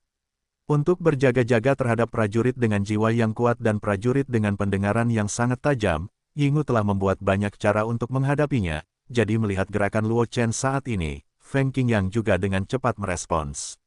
Adapun Luo Chen yang mengandalkan kekuatan jiwa untuk memecahkan teknik pembunuhan suaranya, Feng Qingyang tidak pernah memikirkannya, karena ranah jiwanya sendiri telah mencapai ranah virtual spiritual. Dengan penutup jiwa ranah virtual spiritual, dia ingin mengandalkan persepsi jiwa menemukan bilah tajam soniknya, itu tidak diragukan lagi adalah mimpi yang bodoh. Bab 876, Meremehkan, Tanpa Cedera. Nama, Sistem Super, Kultivasi 1 Klik Saya Penulis, Wen Jian Zhongnan. Plus mematikan mengatur ulang, melihat tangan Feng Qingyang, Tian Jiao di kota kuno Qianlong tidak dapat menahan diri untuk tidak melebarkan matanya, ingin melihat bagaimana Luo Chen akan menanggapinya. Teknik pembunuhan suara Yingwu sangat tersembunyi, dan Feng Qingyang menggunakan metode ini untuk memotong kemungkinan Luo Chen mendengarkan suara itu. Bahkan jika kekuatan Luo Chen kuat, dia mungkin tidak dapat menanggapi. Teknik pembunuhan suara lembah suara ini sangat aneh, bahkan di Sekte Pedangku, itu juga terkenal. Ji Chen melihat pemandangan di cincin denyut nadi tanah, matanya sedikit lebih bermartabat, dan dia berkata dengan sungguh-sungguh, meskipun kekuatan Sengsi kuat, pertama kali kamu menghadapi metode ini, kamu mungkin menderita sedikit kerugian. Ji Chen mengakui bahwa bahkan jika dia menghadapi Feng Qingyang, tidak ada cara yang baik untuk menghadapinya. Dia hanya bisa mengalahkannya sebelum dia memulai teknik pembunuhan suara, jika tidak, dia hanya bisa bertahan dengan seluruh kekuatannya dan menunggu kesempatan. Hanya saja seni pembunuhan suara tidak terlihat, dan tidak dapat dengan mudah dipertahankan. Bagaimana mungkin tidak ada kesalahan di bawah penjagaan yang lama? Melihat Luo Chen benar-benar menyebabkan Feng Qingyang melakukan teknik pembunuhan suara, bahkan Ji Chen yang tahu tentang kekuatan Luo Chen tidak bisa menahan perasaan sedikit khawatir. Ye Changli dan 3 orang di samping tampak tenang. Mereka juga telah mendengar tentang teknik pembunuhan suara aneh milik Yingwu, tetapi mereka tidak berpikir bahwa Luo Chen tidak dapat memecahkan teknik pembunuhan suara. Bagaimanapun, Luo Chen bukan hanya seorang pejuang yang kuat, tetapi juga seorang alkemis yang sangat berbakat. Alam jiwa setiap alkemis tidak rendah. Luo Chen adalah seorang alkemis tingkat 6, dan sekarang dia bahkan telah melangkah ke alam yang lebih tinggi. Tidak perlu dikatakan, kekuatan jiwanya secara alami tinggi. Meskipun alam jiwa Feng Qingyang tinggi, tetapi mungkin tidak sebanding dengan Luo Chen. Alasan mengapa teknik pembunuhan suara sulit untuk dijaga adalah karena selain sifatnya yang tidak terlihat dan tidak berwujud, alasan terbesar adalah bahwa kekuatan jiwa para pengikut lembah suara harus melampaui kekuatan alam yang sama. Ada sangat sedikit orang kuat di alam yang sama.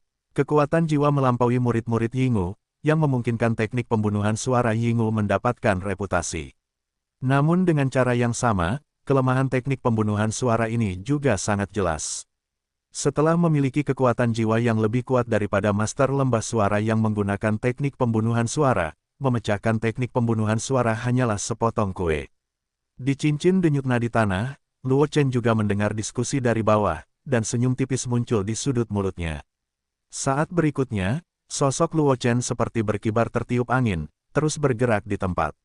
Deretan bilah gelombang suara yang tak terlihat menyapu tubuh Luo Chen, tetapi gagal memengaruhi Luo Chen sama sekali. Para jenius di kota kuno Qianlong tidak bisa menahan diri untuk tidak menatap pemandangan ini. Mereka telah berpikir tentang Luo Chen yang dikalahkan oleh teknik pembunuh suara, dan juga berpikir bahwa Luo Chen dapat dengan mudah menahan serangan teknik pembunuh suara, tetapi mereka tidak menyangka Luo Chen mampu mengatasi pernyataan yang meremehkan seperti itu.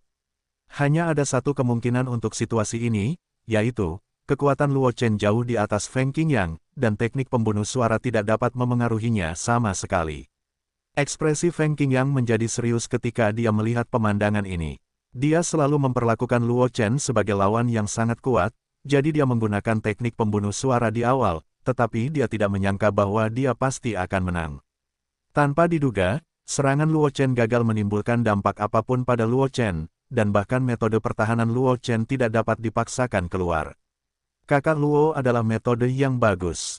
Feng Qingyang menarik napas dalam-dalam, ketegasan di matanya cepat berlalu, dan dia berkata dengan suara yang dalam, gerakan selanjutnya begitu kuat sehingga bahkan aku hampir tidak bisa menggunakannya. Saudara Luo, berhati-hatilah.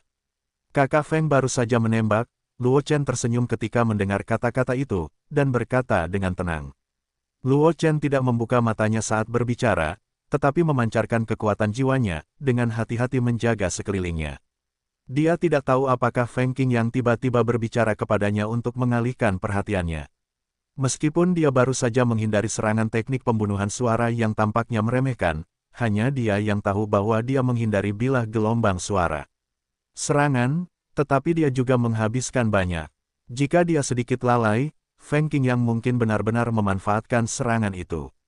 Meskipun dia yakin bahwa dia tidak akan kalah, jika dia menang dengan terlalu malu, itu akan sangat mengurangi citra tak terkalahkan yang dia bangun sebelumnya. Kita harus tahu bahwa dia baru saja mengalahkan Feng Qingyang dan mengalahkan Feng Qingyang setelah pertempuran sengit, tetapi dua hasil yang sama sekali berbeda. Jika yang pertama, dia pasti akan membuat lebih banyak Tianjiao lebih waspada terhadapnya dan menganggapnya sebagai musuh hidup. Tetapi dengan cara yang sama, dia juga dapat membuat banyak Tianjiao yang tidak cukup kuat untuk sepenuhnya menghilangkan ide untuk bersaing dengannya. Kalian harus tahu bahwa para jenius yang berani berpartisipasi dalam kompetisi peringkat naga bukanlah orang-orang yang tidak dikenal, dan orang-orang itu mungkin memiliki beberapa teknik rahasia dan seni bela diri yang membuatnya merasa pusing. Jika dia dapat membuat mereka mundur ketika mereka dalam kesulitan, dia pasti akan menghabiskan lebih sedikit waktu. Dan jika dia mengalahkan Feng Qingyang setelah pertempuran sengit, itu pasti akan membuat para jenius itu memiliki ilusi bahwa kekuatan Luo Chen tidak sekuat yang dibayangkan. Ini pasti akan menyebabkan banyak jenius memilih untuk bertarung dengan sekuat tenaga mereka ketika menghadapinya, mencoba mengalahkannya. Bagaimanapun, Luo Chen adalah jenius pertama yang memanjat pilar naga tengah kota kuno Qianlong dalam 1000 tahun. Jika dia bisa mengalahkannya, itu pasti akan menjadi kehormatan besar. Sebelum itu, orang-orang itu harus menyembunyikan pikiran seperti itu karena kekuatannya, tetapi jika dia menderita kekalahan dalam pertempuran dengan Feng Qingyang, dan bahkan membutuhkan upaya besar untuk mengalahkan Feng Qingyang, maka itu pasti akan membuat para jenius itu berpikir untuk menantangnya lagi. Luo Chen tidak ingin bertarung satu persatu ketika saatnya tiba. Itu akan terlalu melelahkan, dan pada saat yang sama tidak akan ada manfaatnya. Untuk mempermudah pertarungan di masa depan, dia harus mengalahkan Feng Qingyang. Jadi meskipun Luo Chen yakin bahwa kekuatannya lebih tinggi dari Feng Qingyang, dia tidak berani mengambil risiko, karena takut Feng Qingyang akan menemukan kesempatan dan membuatnya mendapat masalah. Mendengar perkataan Luo Chen, Feng Qingyang tidak ragu-ragu. Dia memegang kecapi dengan satu tangan, dan tangan kanannya dengan cepat menjentikkan senar seperti kupu-kupu yang mengenakan bunga. Suara piano yang menyenangkan terdengar di atas ring denyut nadi tanah, dan Feng Qing yang berada di belakang baju besi emas. Hantu dewa raksasa muncul, memegang dua palu godam di tangannya, dan seluruh wajahnya diselimuti kabut, membuatnya sulit untuk melihat ekspresinya. Namun meski begitu, tubuh besar raksasa baju besi emas dan palu godam yang tinggi juga memberi orang-orang penindasan yang hebat. Ini adalah lagu hantu Yingu. Itu dapat memanggil hantu untuk menghadapi musuh bersama. Keterampilan bela diri ini selalu hanya dilakukan oleh para Master Yingu di atas alam Wuhuang, tetapi dia tidak menyangka bahwa Feng Qing yang sudah dapat melakukan keterampilan bela diri seperti itu. Ji Chen tidak dapat menahan perasaan sedikit pun ketika dia melihat hantu raksasa baju besi emas di belakang Feng Qing yang di kota kuno Qianlong. Feng Qing yang tidak lebih dari seorang martial Sun tingkat ke-9. Dia belum melangkah ke ranah Raja Wu, tetapi telah mampu menampilkan lagu hantu. Ini saja sudah cukup untuk membuktikan betapa tingginya bakat Feng Qing yang. Ji Chen mampu mengenali metode Feng Qing yang, dan Tian Jiao di kota kuno Qianlong tentu saja juga memiliki para jenius yang dapat mengenali keterampilan bela diri Feng Qing yang. Segera, detail gaya Feng Qing yang sudah tercakup oleh kota kuno Qianlong. Dikenal oleh banyak jenius di Tiongkok. Tanpa diduga, kakak senior Feng dari Yingu bahkan dapat memanggil dewa raksasa berbaju sirah emas. Seorang pria berpakaian putih di antara kelompok itu berkata dengan emosi, kekuatan kakak senior Feng benar-benar tak terduga. Beberapa orang di sekitar mengenali identitas pria berpakaian putih itu. Itu adalah jenius Luo Tiandian, kekuatan kuat lainnya di wilayah selatan, dan Luo Tiandian dan Yingu selalu memiliki hubungan yang baik. Adalah normal bagi pria ini untuk memanggil Feng Qing yang sebagai kakak senior Feng. Teknik pembunuhan suara itu adalah metode yang hanya dapat digunakan oleh seorang master di alam Yingu Wuhuang, dan Luo Suedi mungkin akan kesulitan mengatasinya, kata Ye Changli, melihat kedua sisi di atas ring. Hanya saja meskipun Ye Changli berkata demikian, dia tidak bisa melihat sedikit pun kekhawatiran di wajahnya. Karena dia tahu betul kekuatan Luo Chen, dan dengan banyaknya kartu hall yang dimiliki Luo Chen, bahkan martial Sein yang kuat pun mungkin tidak dapat mengalahkan Luo Chen. Jika Luo Chen benar-benar mengekspos kartu hall tersebut, tidak akan menghabiskan banyak biaya untuk mengalahkan Feng Qing yang. Kekuatan yang luar biasa. Namun Ye Changli juga tahu bahwa Luo Chen tidak dapat menyia-nyiakan kartu hall-nya dalam pertempuran semacam ini, tetapi meskipun demikian, dengan kartu hall tersebut sebagai pendukung, Luo Chen sudah tak terkalahkan. Hasil dari pertempuran ini telah lama ditakdirkan. Satu-satunya perbedaan adalah Luo Chen menang dengan mudah dan mulus atau Luo Chen menang dengan lebih sulit. Di atas arena, Luo Chen juga memperhatikan bahwa kekuatan yang sangat besar muncul dari lokasi Feng Qing yang, dan membuka matanya tanpa sadar, hanya untuk menemukan bahwa ada raksasa baju besi emas di belakang Feng Qing yang pada suatu saat. Mata Luo Chen memadat, dan pedang panjang yang dipadatkan oleh Qi di tangannya bergetar dua kali, dan Qi pedang yang tak terhitung jumlahnya muncul di sekujur tubuhnya, langsung membentuk formasi pedang yang besar. Ini adalah metode formasi pedang yang tercatat dalam kristal pedang leluhur Jian. Luo Chen selalu menggunakannya sangat jarang, karena terlalu sedikit lawan yang dapat menggunakan formasi pedang ini. Lawan-lawan yang jauh lebih rendah darinya sama sekali tidak memenuhi syarat untuk menggunakan formasi pedang ini, dan lawan-lawan yang jauh lebih kuat darinya, bahkan jika dia menggunakan formasi pedang ini, itu tidak berpengaruh. Oleh karena itu, meskipun Luo Chen telah menguasai formasi pedang ini untuk waktu yang lama, dia jarang menggunakannya. Sekarang, melawan sang Feng Qing yang, dia telah menemukan lawan yang sangat cocok. Kakak Luo, hati-hati. Ketika Feng Qing yang melihat formasi pedang besar yang dikelilingi oleh Luo Chen, dia terkejut. Dia tahu bahwa Luo Chen tidak dapat sepenuhnya mengatur formasi pedang, jadi dia langsung mengendalikan raksasa baju besi emas di belakangnya. Palu itu menghantam Luo Chen, dan pada saat yang sama mengingatkannya. Sementara raksasa baju besi emas itu mengayunkan palu godamnya, wajah Feng Qing yang langsung menjadi lebih pucat. Jelas, raksasa baju besi emas ini bukanlah sesuatu yang dapat dia kendalikan sama sekali, dan dia hampir tidak mengendalikan raksasa baju besi emas untuk menyerangnya. Dalam hal konsumsi juga sangat menakutkan. Ketika Luo Chen melihat pemandangan ini, sudut mulutnya sedikit berkedut, dan formasi pedang di sekitarnya langsung terbang ke arah raksasa baju besi emas itu. Banyak cahaya pedang menghalangi dunia dan benar-benar menjebak raksasa baju besi emas di dalamnya. Palu godam tinggi di tangan raksasa baju besi emas itu menghancurkannya, hanya memusnahkan sebagian energi pedang, dan kemudian terperangkap oleh lebih banyak energi pedang, tidak dapat melakukan gerakan apapun lagi. Apa metode ini? Pada saat raksasa baju besi emas itu terperangkap oleh formasi pedang, Feng Qingyang memperhatikan bahwa esensi sejati dalam tubuhnya hilang dengan gila-gilaan, dan yang membuatnya semakin takut adalah bahwa ia mendapati dirinya dan raksasa baju besi emas itu koneksi terputus. Ia belum pernah menghadapi situasi seperti ini sebelumnya.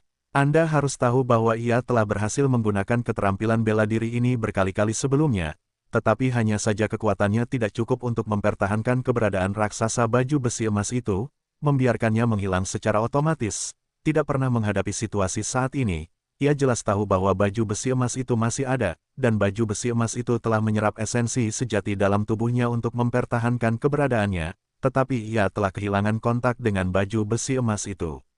Penting untuk diketahui bahwa eidolon yang dipanggil oleh lagu hantu itu harus menghilang secara langsung ketika koneksi dengan pemanggil terputus. Itu tidak seperti sekarang, ia dipertahankan secara misterius dan masih menyerap tubuh pemanggil itu. Yuan sejati, formasi pedang pengunci roh, Luo Chen tersenyum ketika mendengar kata-kata itu, dan berkata dengan nada tenang. Meskipun dia tidak tahu metode apa yang digunakan Feng Qingyang untuk lagu hantu, dia dapat melihat keberadaan dewa raksasa berbaju zirah emas mirip dengan tubuh spiritual. Dan untuk menghadapi tubuh spiritual semacam ini, susunan pedang roh pengunci yang tercatat dalam leluhur Jian Jianjing memiliki efek ajaib, jadi Luo Chen tidak terkejut bahwa hasil ini akan terjadi. Satu-satunya hal yang tidak diharapkan Luo Chen adalah bahwa raksasa berbaju zirah emas tidak menghilang secara langsung karena dia telah memutus hubungan dengan Feng Qingyang, tetapi masih mempertahankan keberadaannya sendiri, dan pada saat yang sama terus mengekstraksi esensi sejati Feng Qingyang dalam tubuh. Jika kamu menghadapi musuh yang menggunakan metode ini di masa depan, akan ada cara yang lebih baik untuk menangkalnya, pikir Luo Chen dalam hati sambil melihat raksasa berbaju zirah emas yang terperangkap oleh formasi pedang roh pengunci. Tetapi setelah beberapa kali berjuang, Feng Qingyang menemukan bahwa dia tidak dapat berkomunikasi dengan raksasa berbaju zirah emas. Dia menggelengkan kepalanya tanpa daya, dan berkata kepada Luo Chen, "Kakak Luo adalah metode yang bagus, aku menyerah." Feng Qingyang tahu betul bahwa selama raksasa berbaju emas itu selalu ada, esensi sejati dalam tubuhnya akan terus terhisap. Bahkan jika Luo Chen tidak bergerak, tidak akan lama lagi esensi sejati dalam tubuhnya akan terkuras habis dan kehilangan kemampuan bertarungnya yang berkelanjutan. Dapat dikatakan bahwa saat raksasa berbaju emas itu diblokir oleh formasi pedang roh pengunci, dia sudah dikalahkan, dan Feng Qingyang juga sangat tegas untuk mengakui kekalahan, tanpa basa-basi. Karena Feng Qingyang tahu betul bahwa terus menjeratnya hanya akan membuat wajahnya jelek, tetapi itu tidak akan berpengaruh pada Luo Chen. Dan jika dia bersikeras menunda waktu, ada kemungkinan Luo Chen tidak akan puas dengannya. Sebaliknya, mengakui kekalahan adalah keputusan yang menentukan, dan lebih mudah untuk menjual bantuan Luo Chen. Secara alami, sangat jelas bagaimana memilih Feng Qingyang. Setelah Feng Qingyang menyerah, dia tidak ragu untuk melompat dari ring dan mendarat di kota kuno Qianlong. Ketika Luo Chen melihat ini, dia tidak banyak bicara, dia menyebarkan formasi pedang Lingling, sosoknya melintas, dan dia juga meninggalkan ring. Dan banyak jenius di bawah ini masih tenggelam dalam pertempuran sebelumnya antara Luo Chen dan Feng Qingyang, dan hanya setelah Luo Chen dan Feng Qingyang pergi, mereka bereaksi setelahnya dan mengarahkan pandangan mereka ke beberapa arena. Tanpa diduga, Feng Qingyang dari Yinggu bahkan menunjukkan lagu hantu, tetapi tetap kalah begitu cepat. Seseorang di antara kerumunan berkata dengan suara rendah, "Sepertinya jika aku tidak sengaja bertemu Luo Chen, akan lebih baik untuk menyerah saja." Itu bagus, jadi kamu bisa menyimpan sedikit kekuatan untuk bertarung dengan orang-orang. Para jenius di sekitar pembicara mengangguk dalam-dalam ketika mereka mendengar kata-kata orang itu. Bahkan Feng Qingyang dikalahkan dengan mudah oleh Luo Chen, kekuatan mereka tidak sebaik Feng Qingyang, jadi bagaimana mungkin lawan Luo Chen? Daripada kehilangan semua kartu di tangan Luo Chen, lebih baik mengakui kekalahan dan menyimpan kekuatan mereka. Selama mereka tidak kalah di permainan ketiga, mereka memiliki kesempatan untuk mencapai daftar naga. Tidak perlu menunjukkan terlalu banyak kekuatan untuk pertempuran yang kalah. Di antara kerumunan, beberapa jenius keluarga Xiao mendengar komentar di sekitar mereka. Dan wajah mereka menjadi sangat jelek. Xiao Tai telah melawan Luo Chen di atas panggung sebelumnya, dan dikalahkan oleh Luo Chen dengan pedang. Beberapa dari mereka yang tersisa mungkin bukan lawan Luo Chen. Dengan keluhan antara Luo Chen dan keluarga Xiao, semakin menakjubkan Luo Chen menunjukkan, semakin kuat niat membunuh mereka. Bagaimanapun, keluhan antara keluarga Luo dan keluarga Xiao tidak dapat didamaikan sejak lama. Kecuali jika salah satu pihak menghilang sepenuhnya, konfrontasi antara kedua belah pihak tidak akan berakhir. Semakin kuat bakat Luo Chen, semakin besar pula ancaman bagi keluarga Xiao. Mereka tentu tidak ingin melihat musuh yang begitu hebat tumbuh dewasa. Apakah ada cara untuk membunuh Luo Chen? Xiao Yixuan dari keluarga Xiao menatap Luo Chen, dengan niat membunuh yang kuat di matanya, berbisik kepada beberapa anggota keluarga Xiao. Suaranya tidak keras, dan para jenius di sekitar tidak memperhatikan mereka, jadi tidak ada yang mendengarnya. Sulit, seorang anggota keluarga Xiao menggelengkan kepalanya dan berkata dengan ekspresi serius, meskipun Feng Qingyang tidak sebagus aku, tetapi kekuatannya juga dianggap sebagai kelompok teratas di wilayah selatan, dia telah dipanggil oleh raksasa baju besi emas. Luo Chen yang dikalahkan, terlalu sulit bagi kita untuk menyerangnya sendirian. Setelah kompetisi daftar naga selesai, mintalah master untuk membunuhnya. Hanya bisa begitu, desah Xiao Yixuan. Orang yang baru saja berbicara adalah Xiao Wending, jenius paling luar biasa dari generasi sebelumnya dari keluarga Xiao. Dia baru berusia 22 tahun ini, tetapi dia telah mencapai tingkat kultivasi kaisar bela diri peringkat ketiga. Bahkan jika Anda melihat seluruh wilayah selatan, itu dianggap sebagai jenius teratas. Namun, bahkan Xiao Wending merasa dia tidak yakin untuk berurusan dengan Luo Chen, jadi mereka harus meminta seorang master untuk membunuhnya. Untungnya, keluarga Xiao memiliki latar belakang keluarga yang kuat, dan mereka tidak khawatir untuk mengundang cukup banyak prajurit. Selama mereka dapat membunuh Luo Chen, tidak masalah jika mereka membayar harga yang lebih tinggi. Selanjutnya, jika Anda bertemu Luo Chen, maka menyerahlah saja, kata Xiao Wending dengan suara yang dalam, menatap beberapa anggota keluarga Xiao. Sebelum Xiao Tai bertarung dengan Luo Chen, dia terluka parah oleh Luo Chen dengan pedang. Dia tidak hanya kehilangan muka keluarga Xiao, tetapi juga sangat mengurangi kekuatan tempur Xiao Tai. Saya khawatir akan sulit bagi Xiao Tai untuk mendapatkan peringkat yang bagus dalam tantangan berikutnya. Dan jika anggota keluarga Xiao memilih untuk bertarung dengan Luo Chen saat menghadapi Luo Chen, mereka kemungkinan akan sama seperti Xiao Tai. Anda harus tahu bahwa kelima anggota keluarga Xiao yang berpartisipasi dalam kompetisi daftar naga kali ini semuanya memenuhi syarat untuk bersaing memperebutkan peringkat daftar naga. Jika mereka jatuh ke ring, itu akan sangat disayangkan. Tetapi sekarang peluang Xiao Tai untuk memasuki pertarungan peringkat sangat kecil. Jika seseorang kalah dalam pertarungan ring, itu tidak diragukan lagi akan menjadi pukulan besar bagi keluarga Xiao. Bukankah itu anak yang lebih murah? Jenius keluarga Xiao lainnya sedikit tidak mau mengatakannya. Dia adalah seorang jenius dari garis agunan keluarga Xiao, bernama Xiao Yang. Dia akhirnya mendapatkan kepalanya dari garis agunan dan memasuki rumah kepala keluarga Xiao. Sekarang setelah dia menghadapi situasi ini, AVIC barunya sedikit tidak mau melakukannya.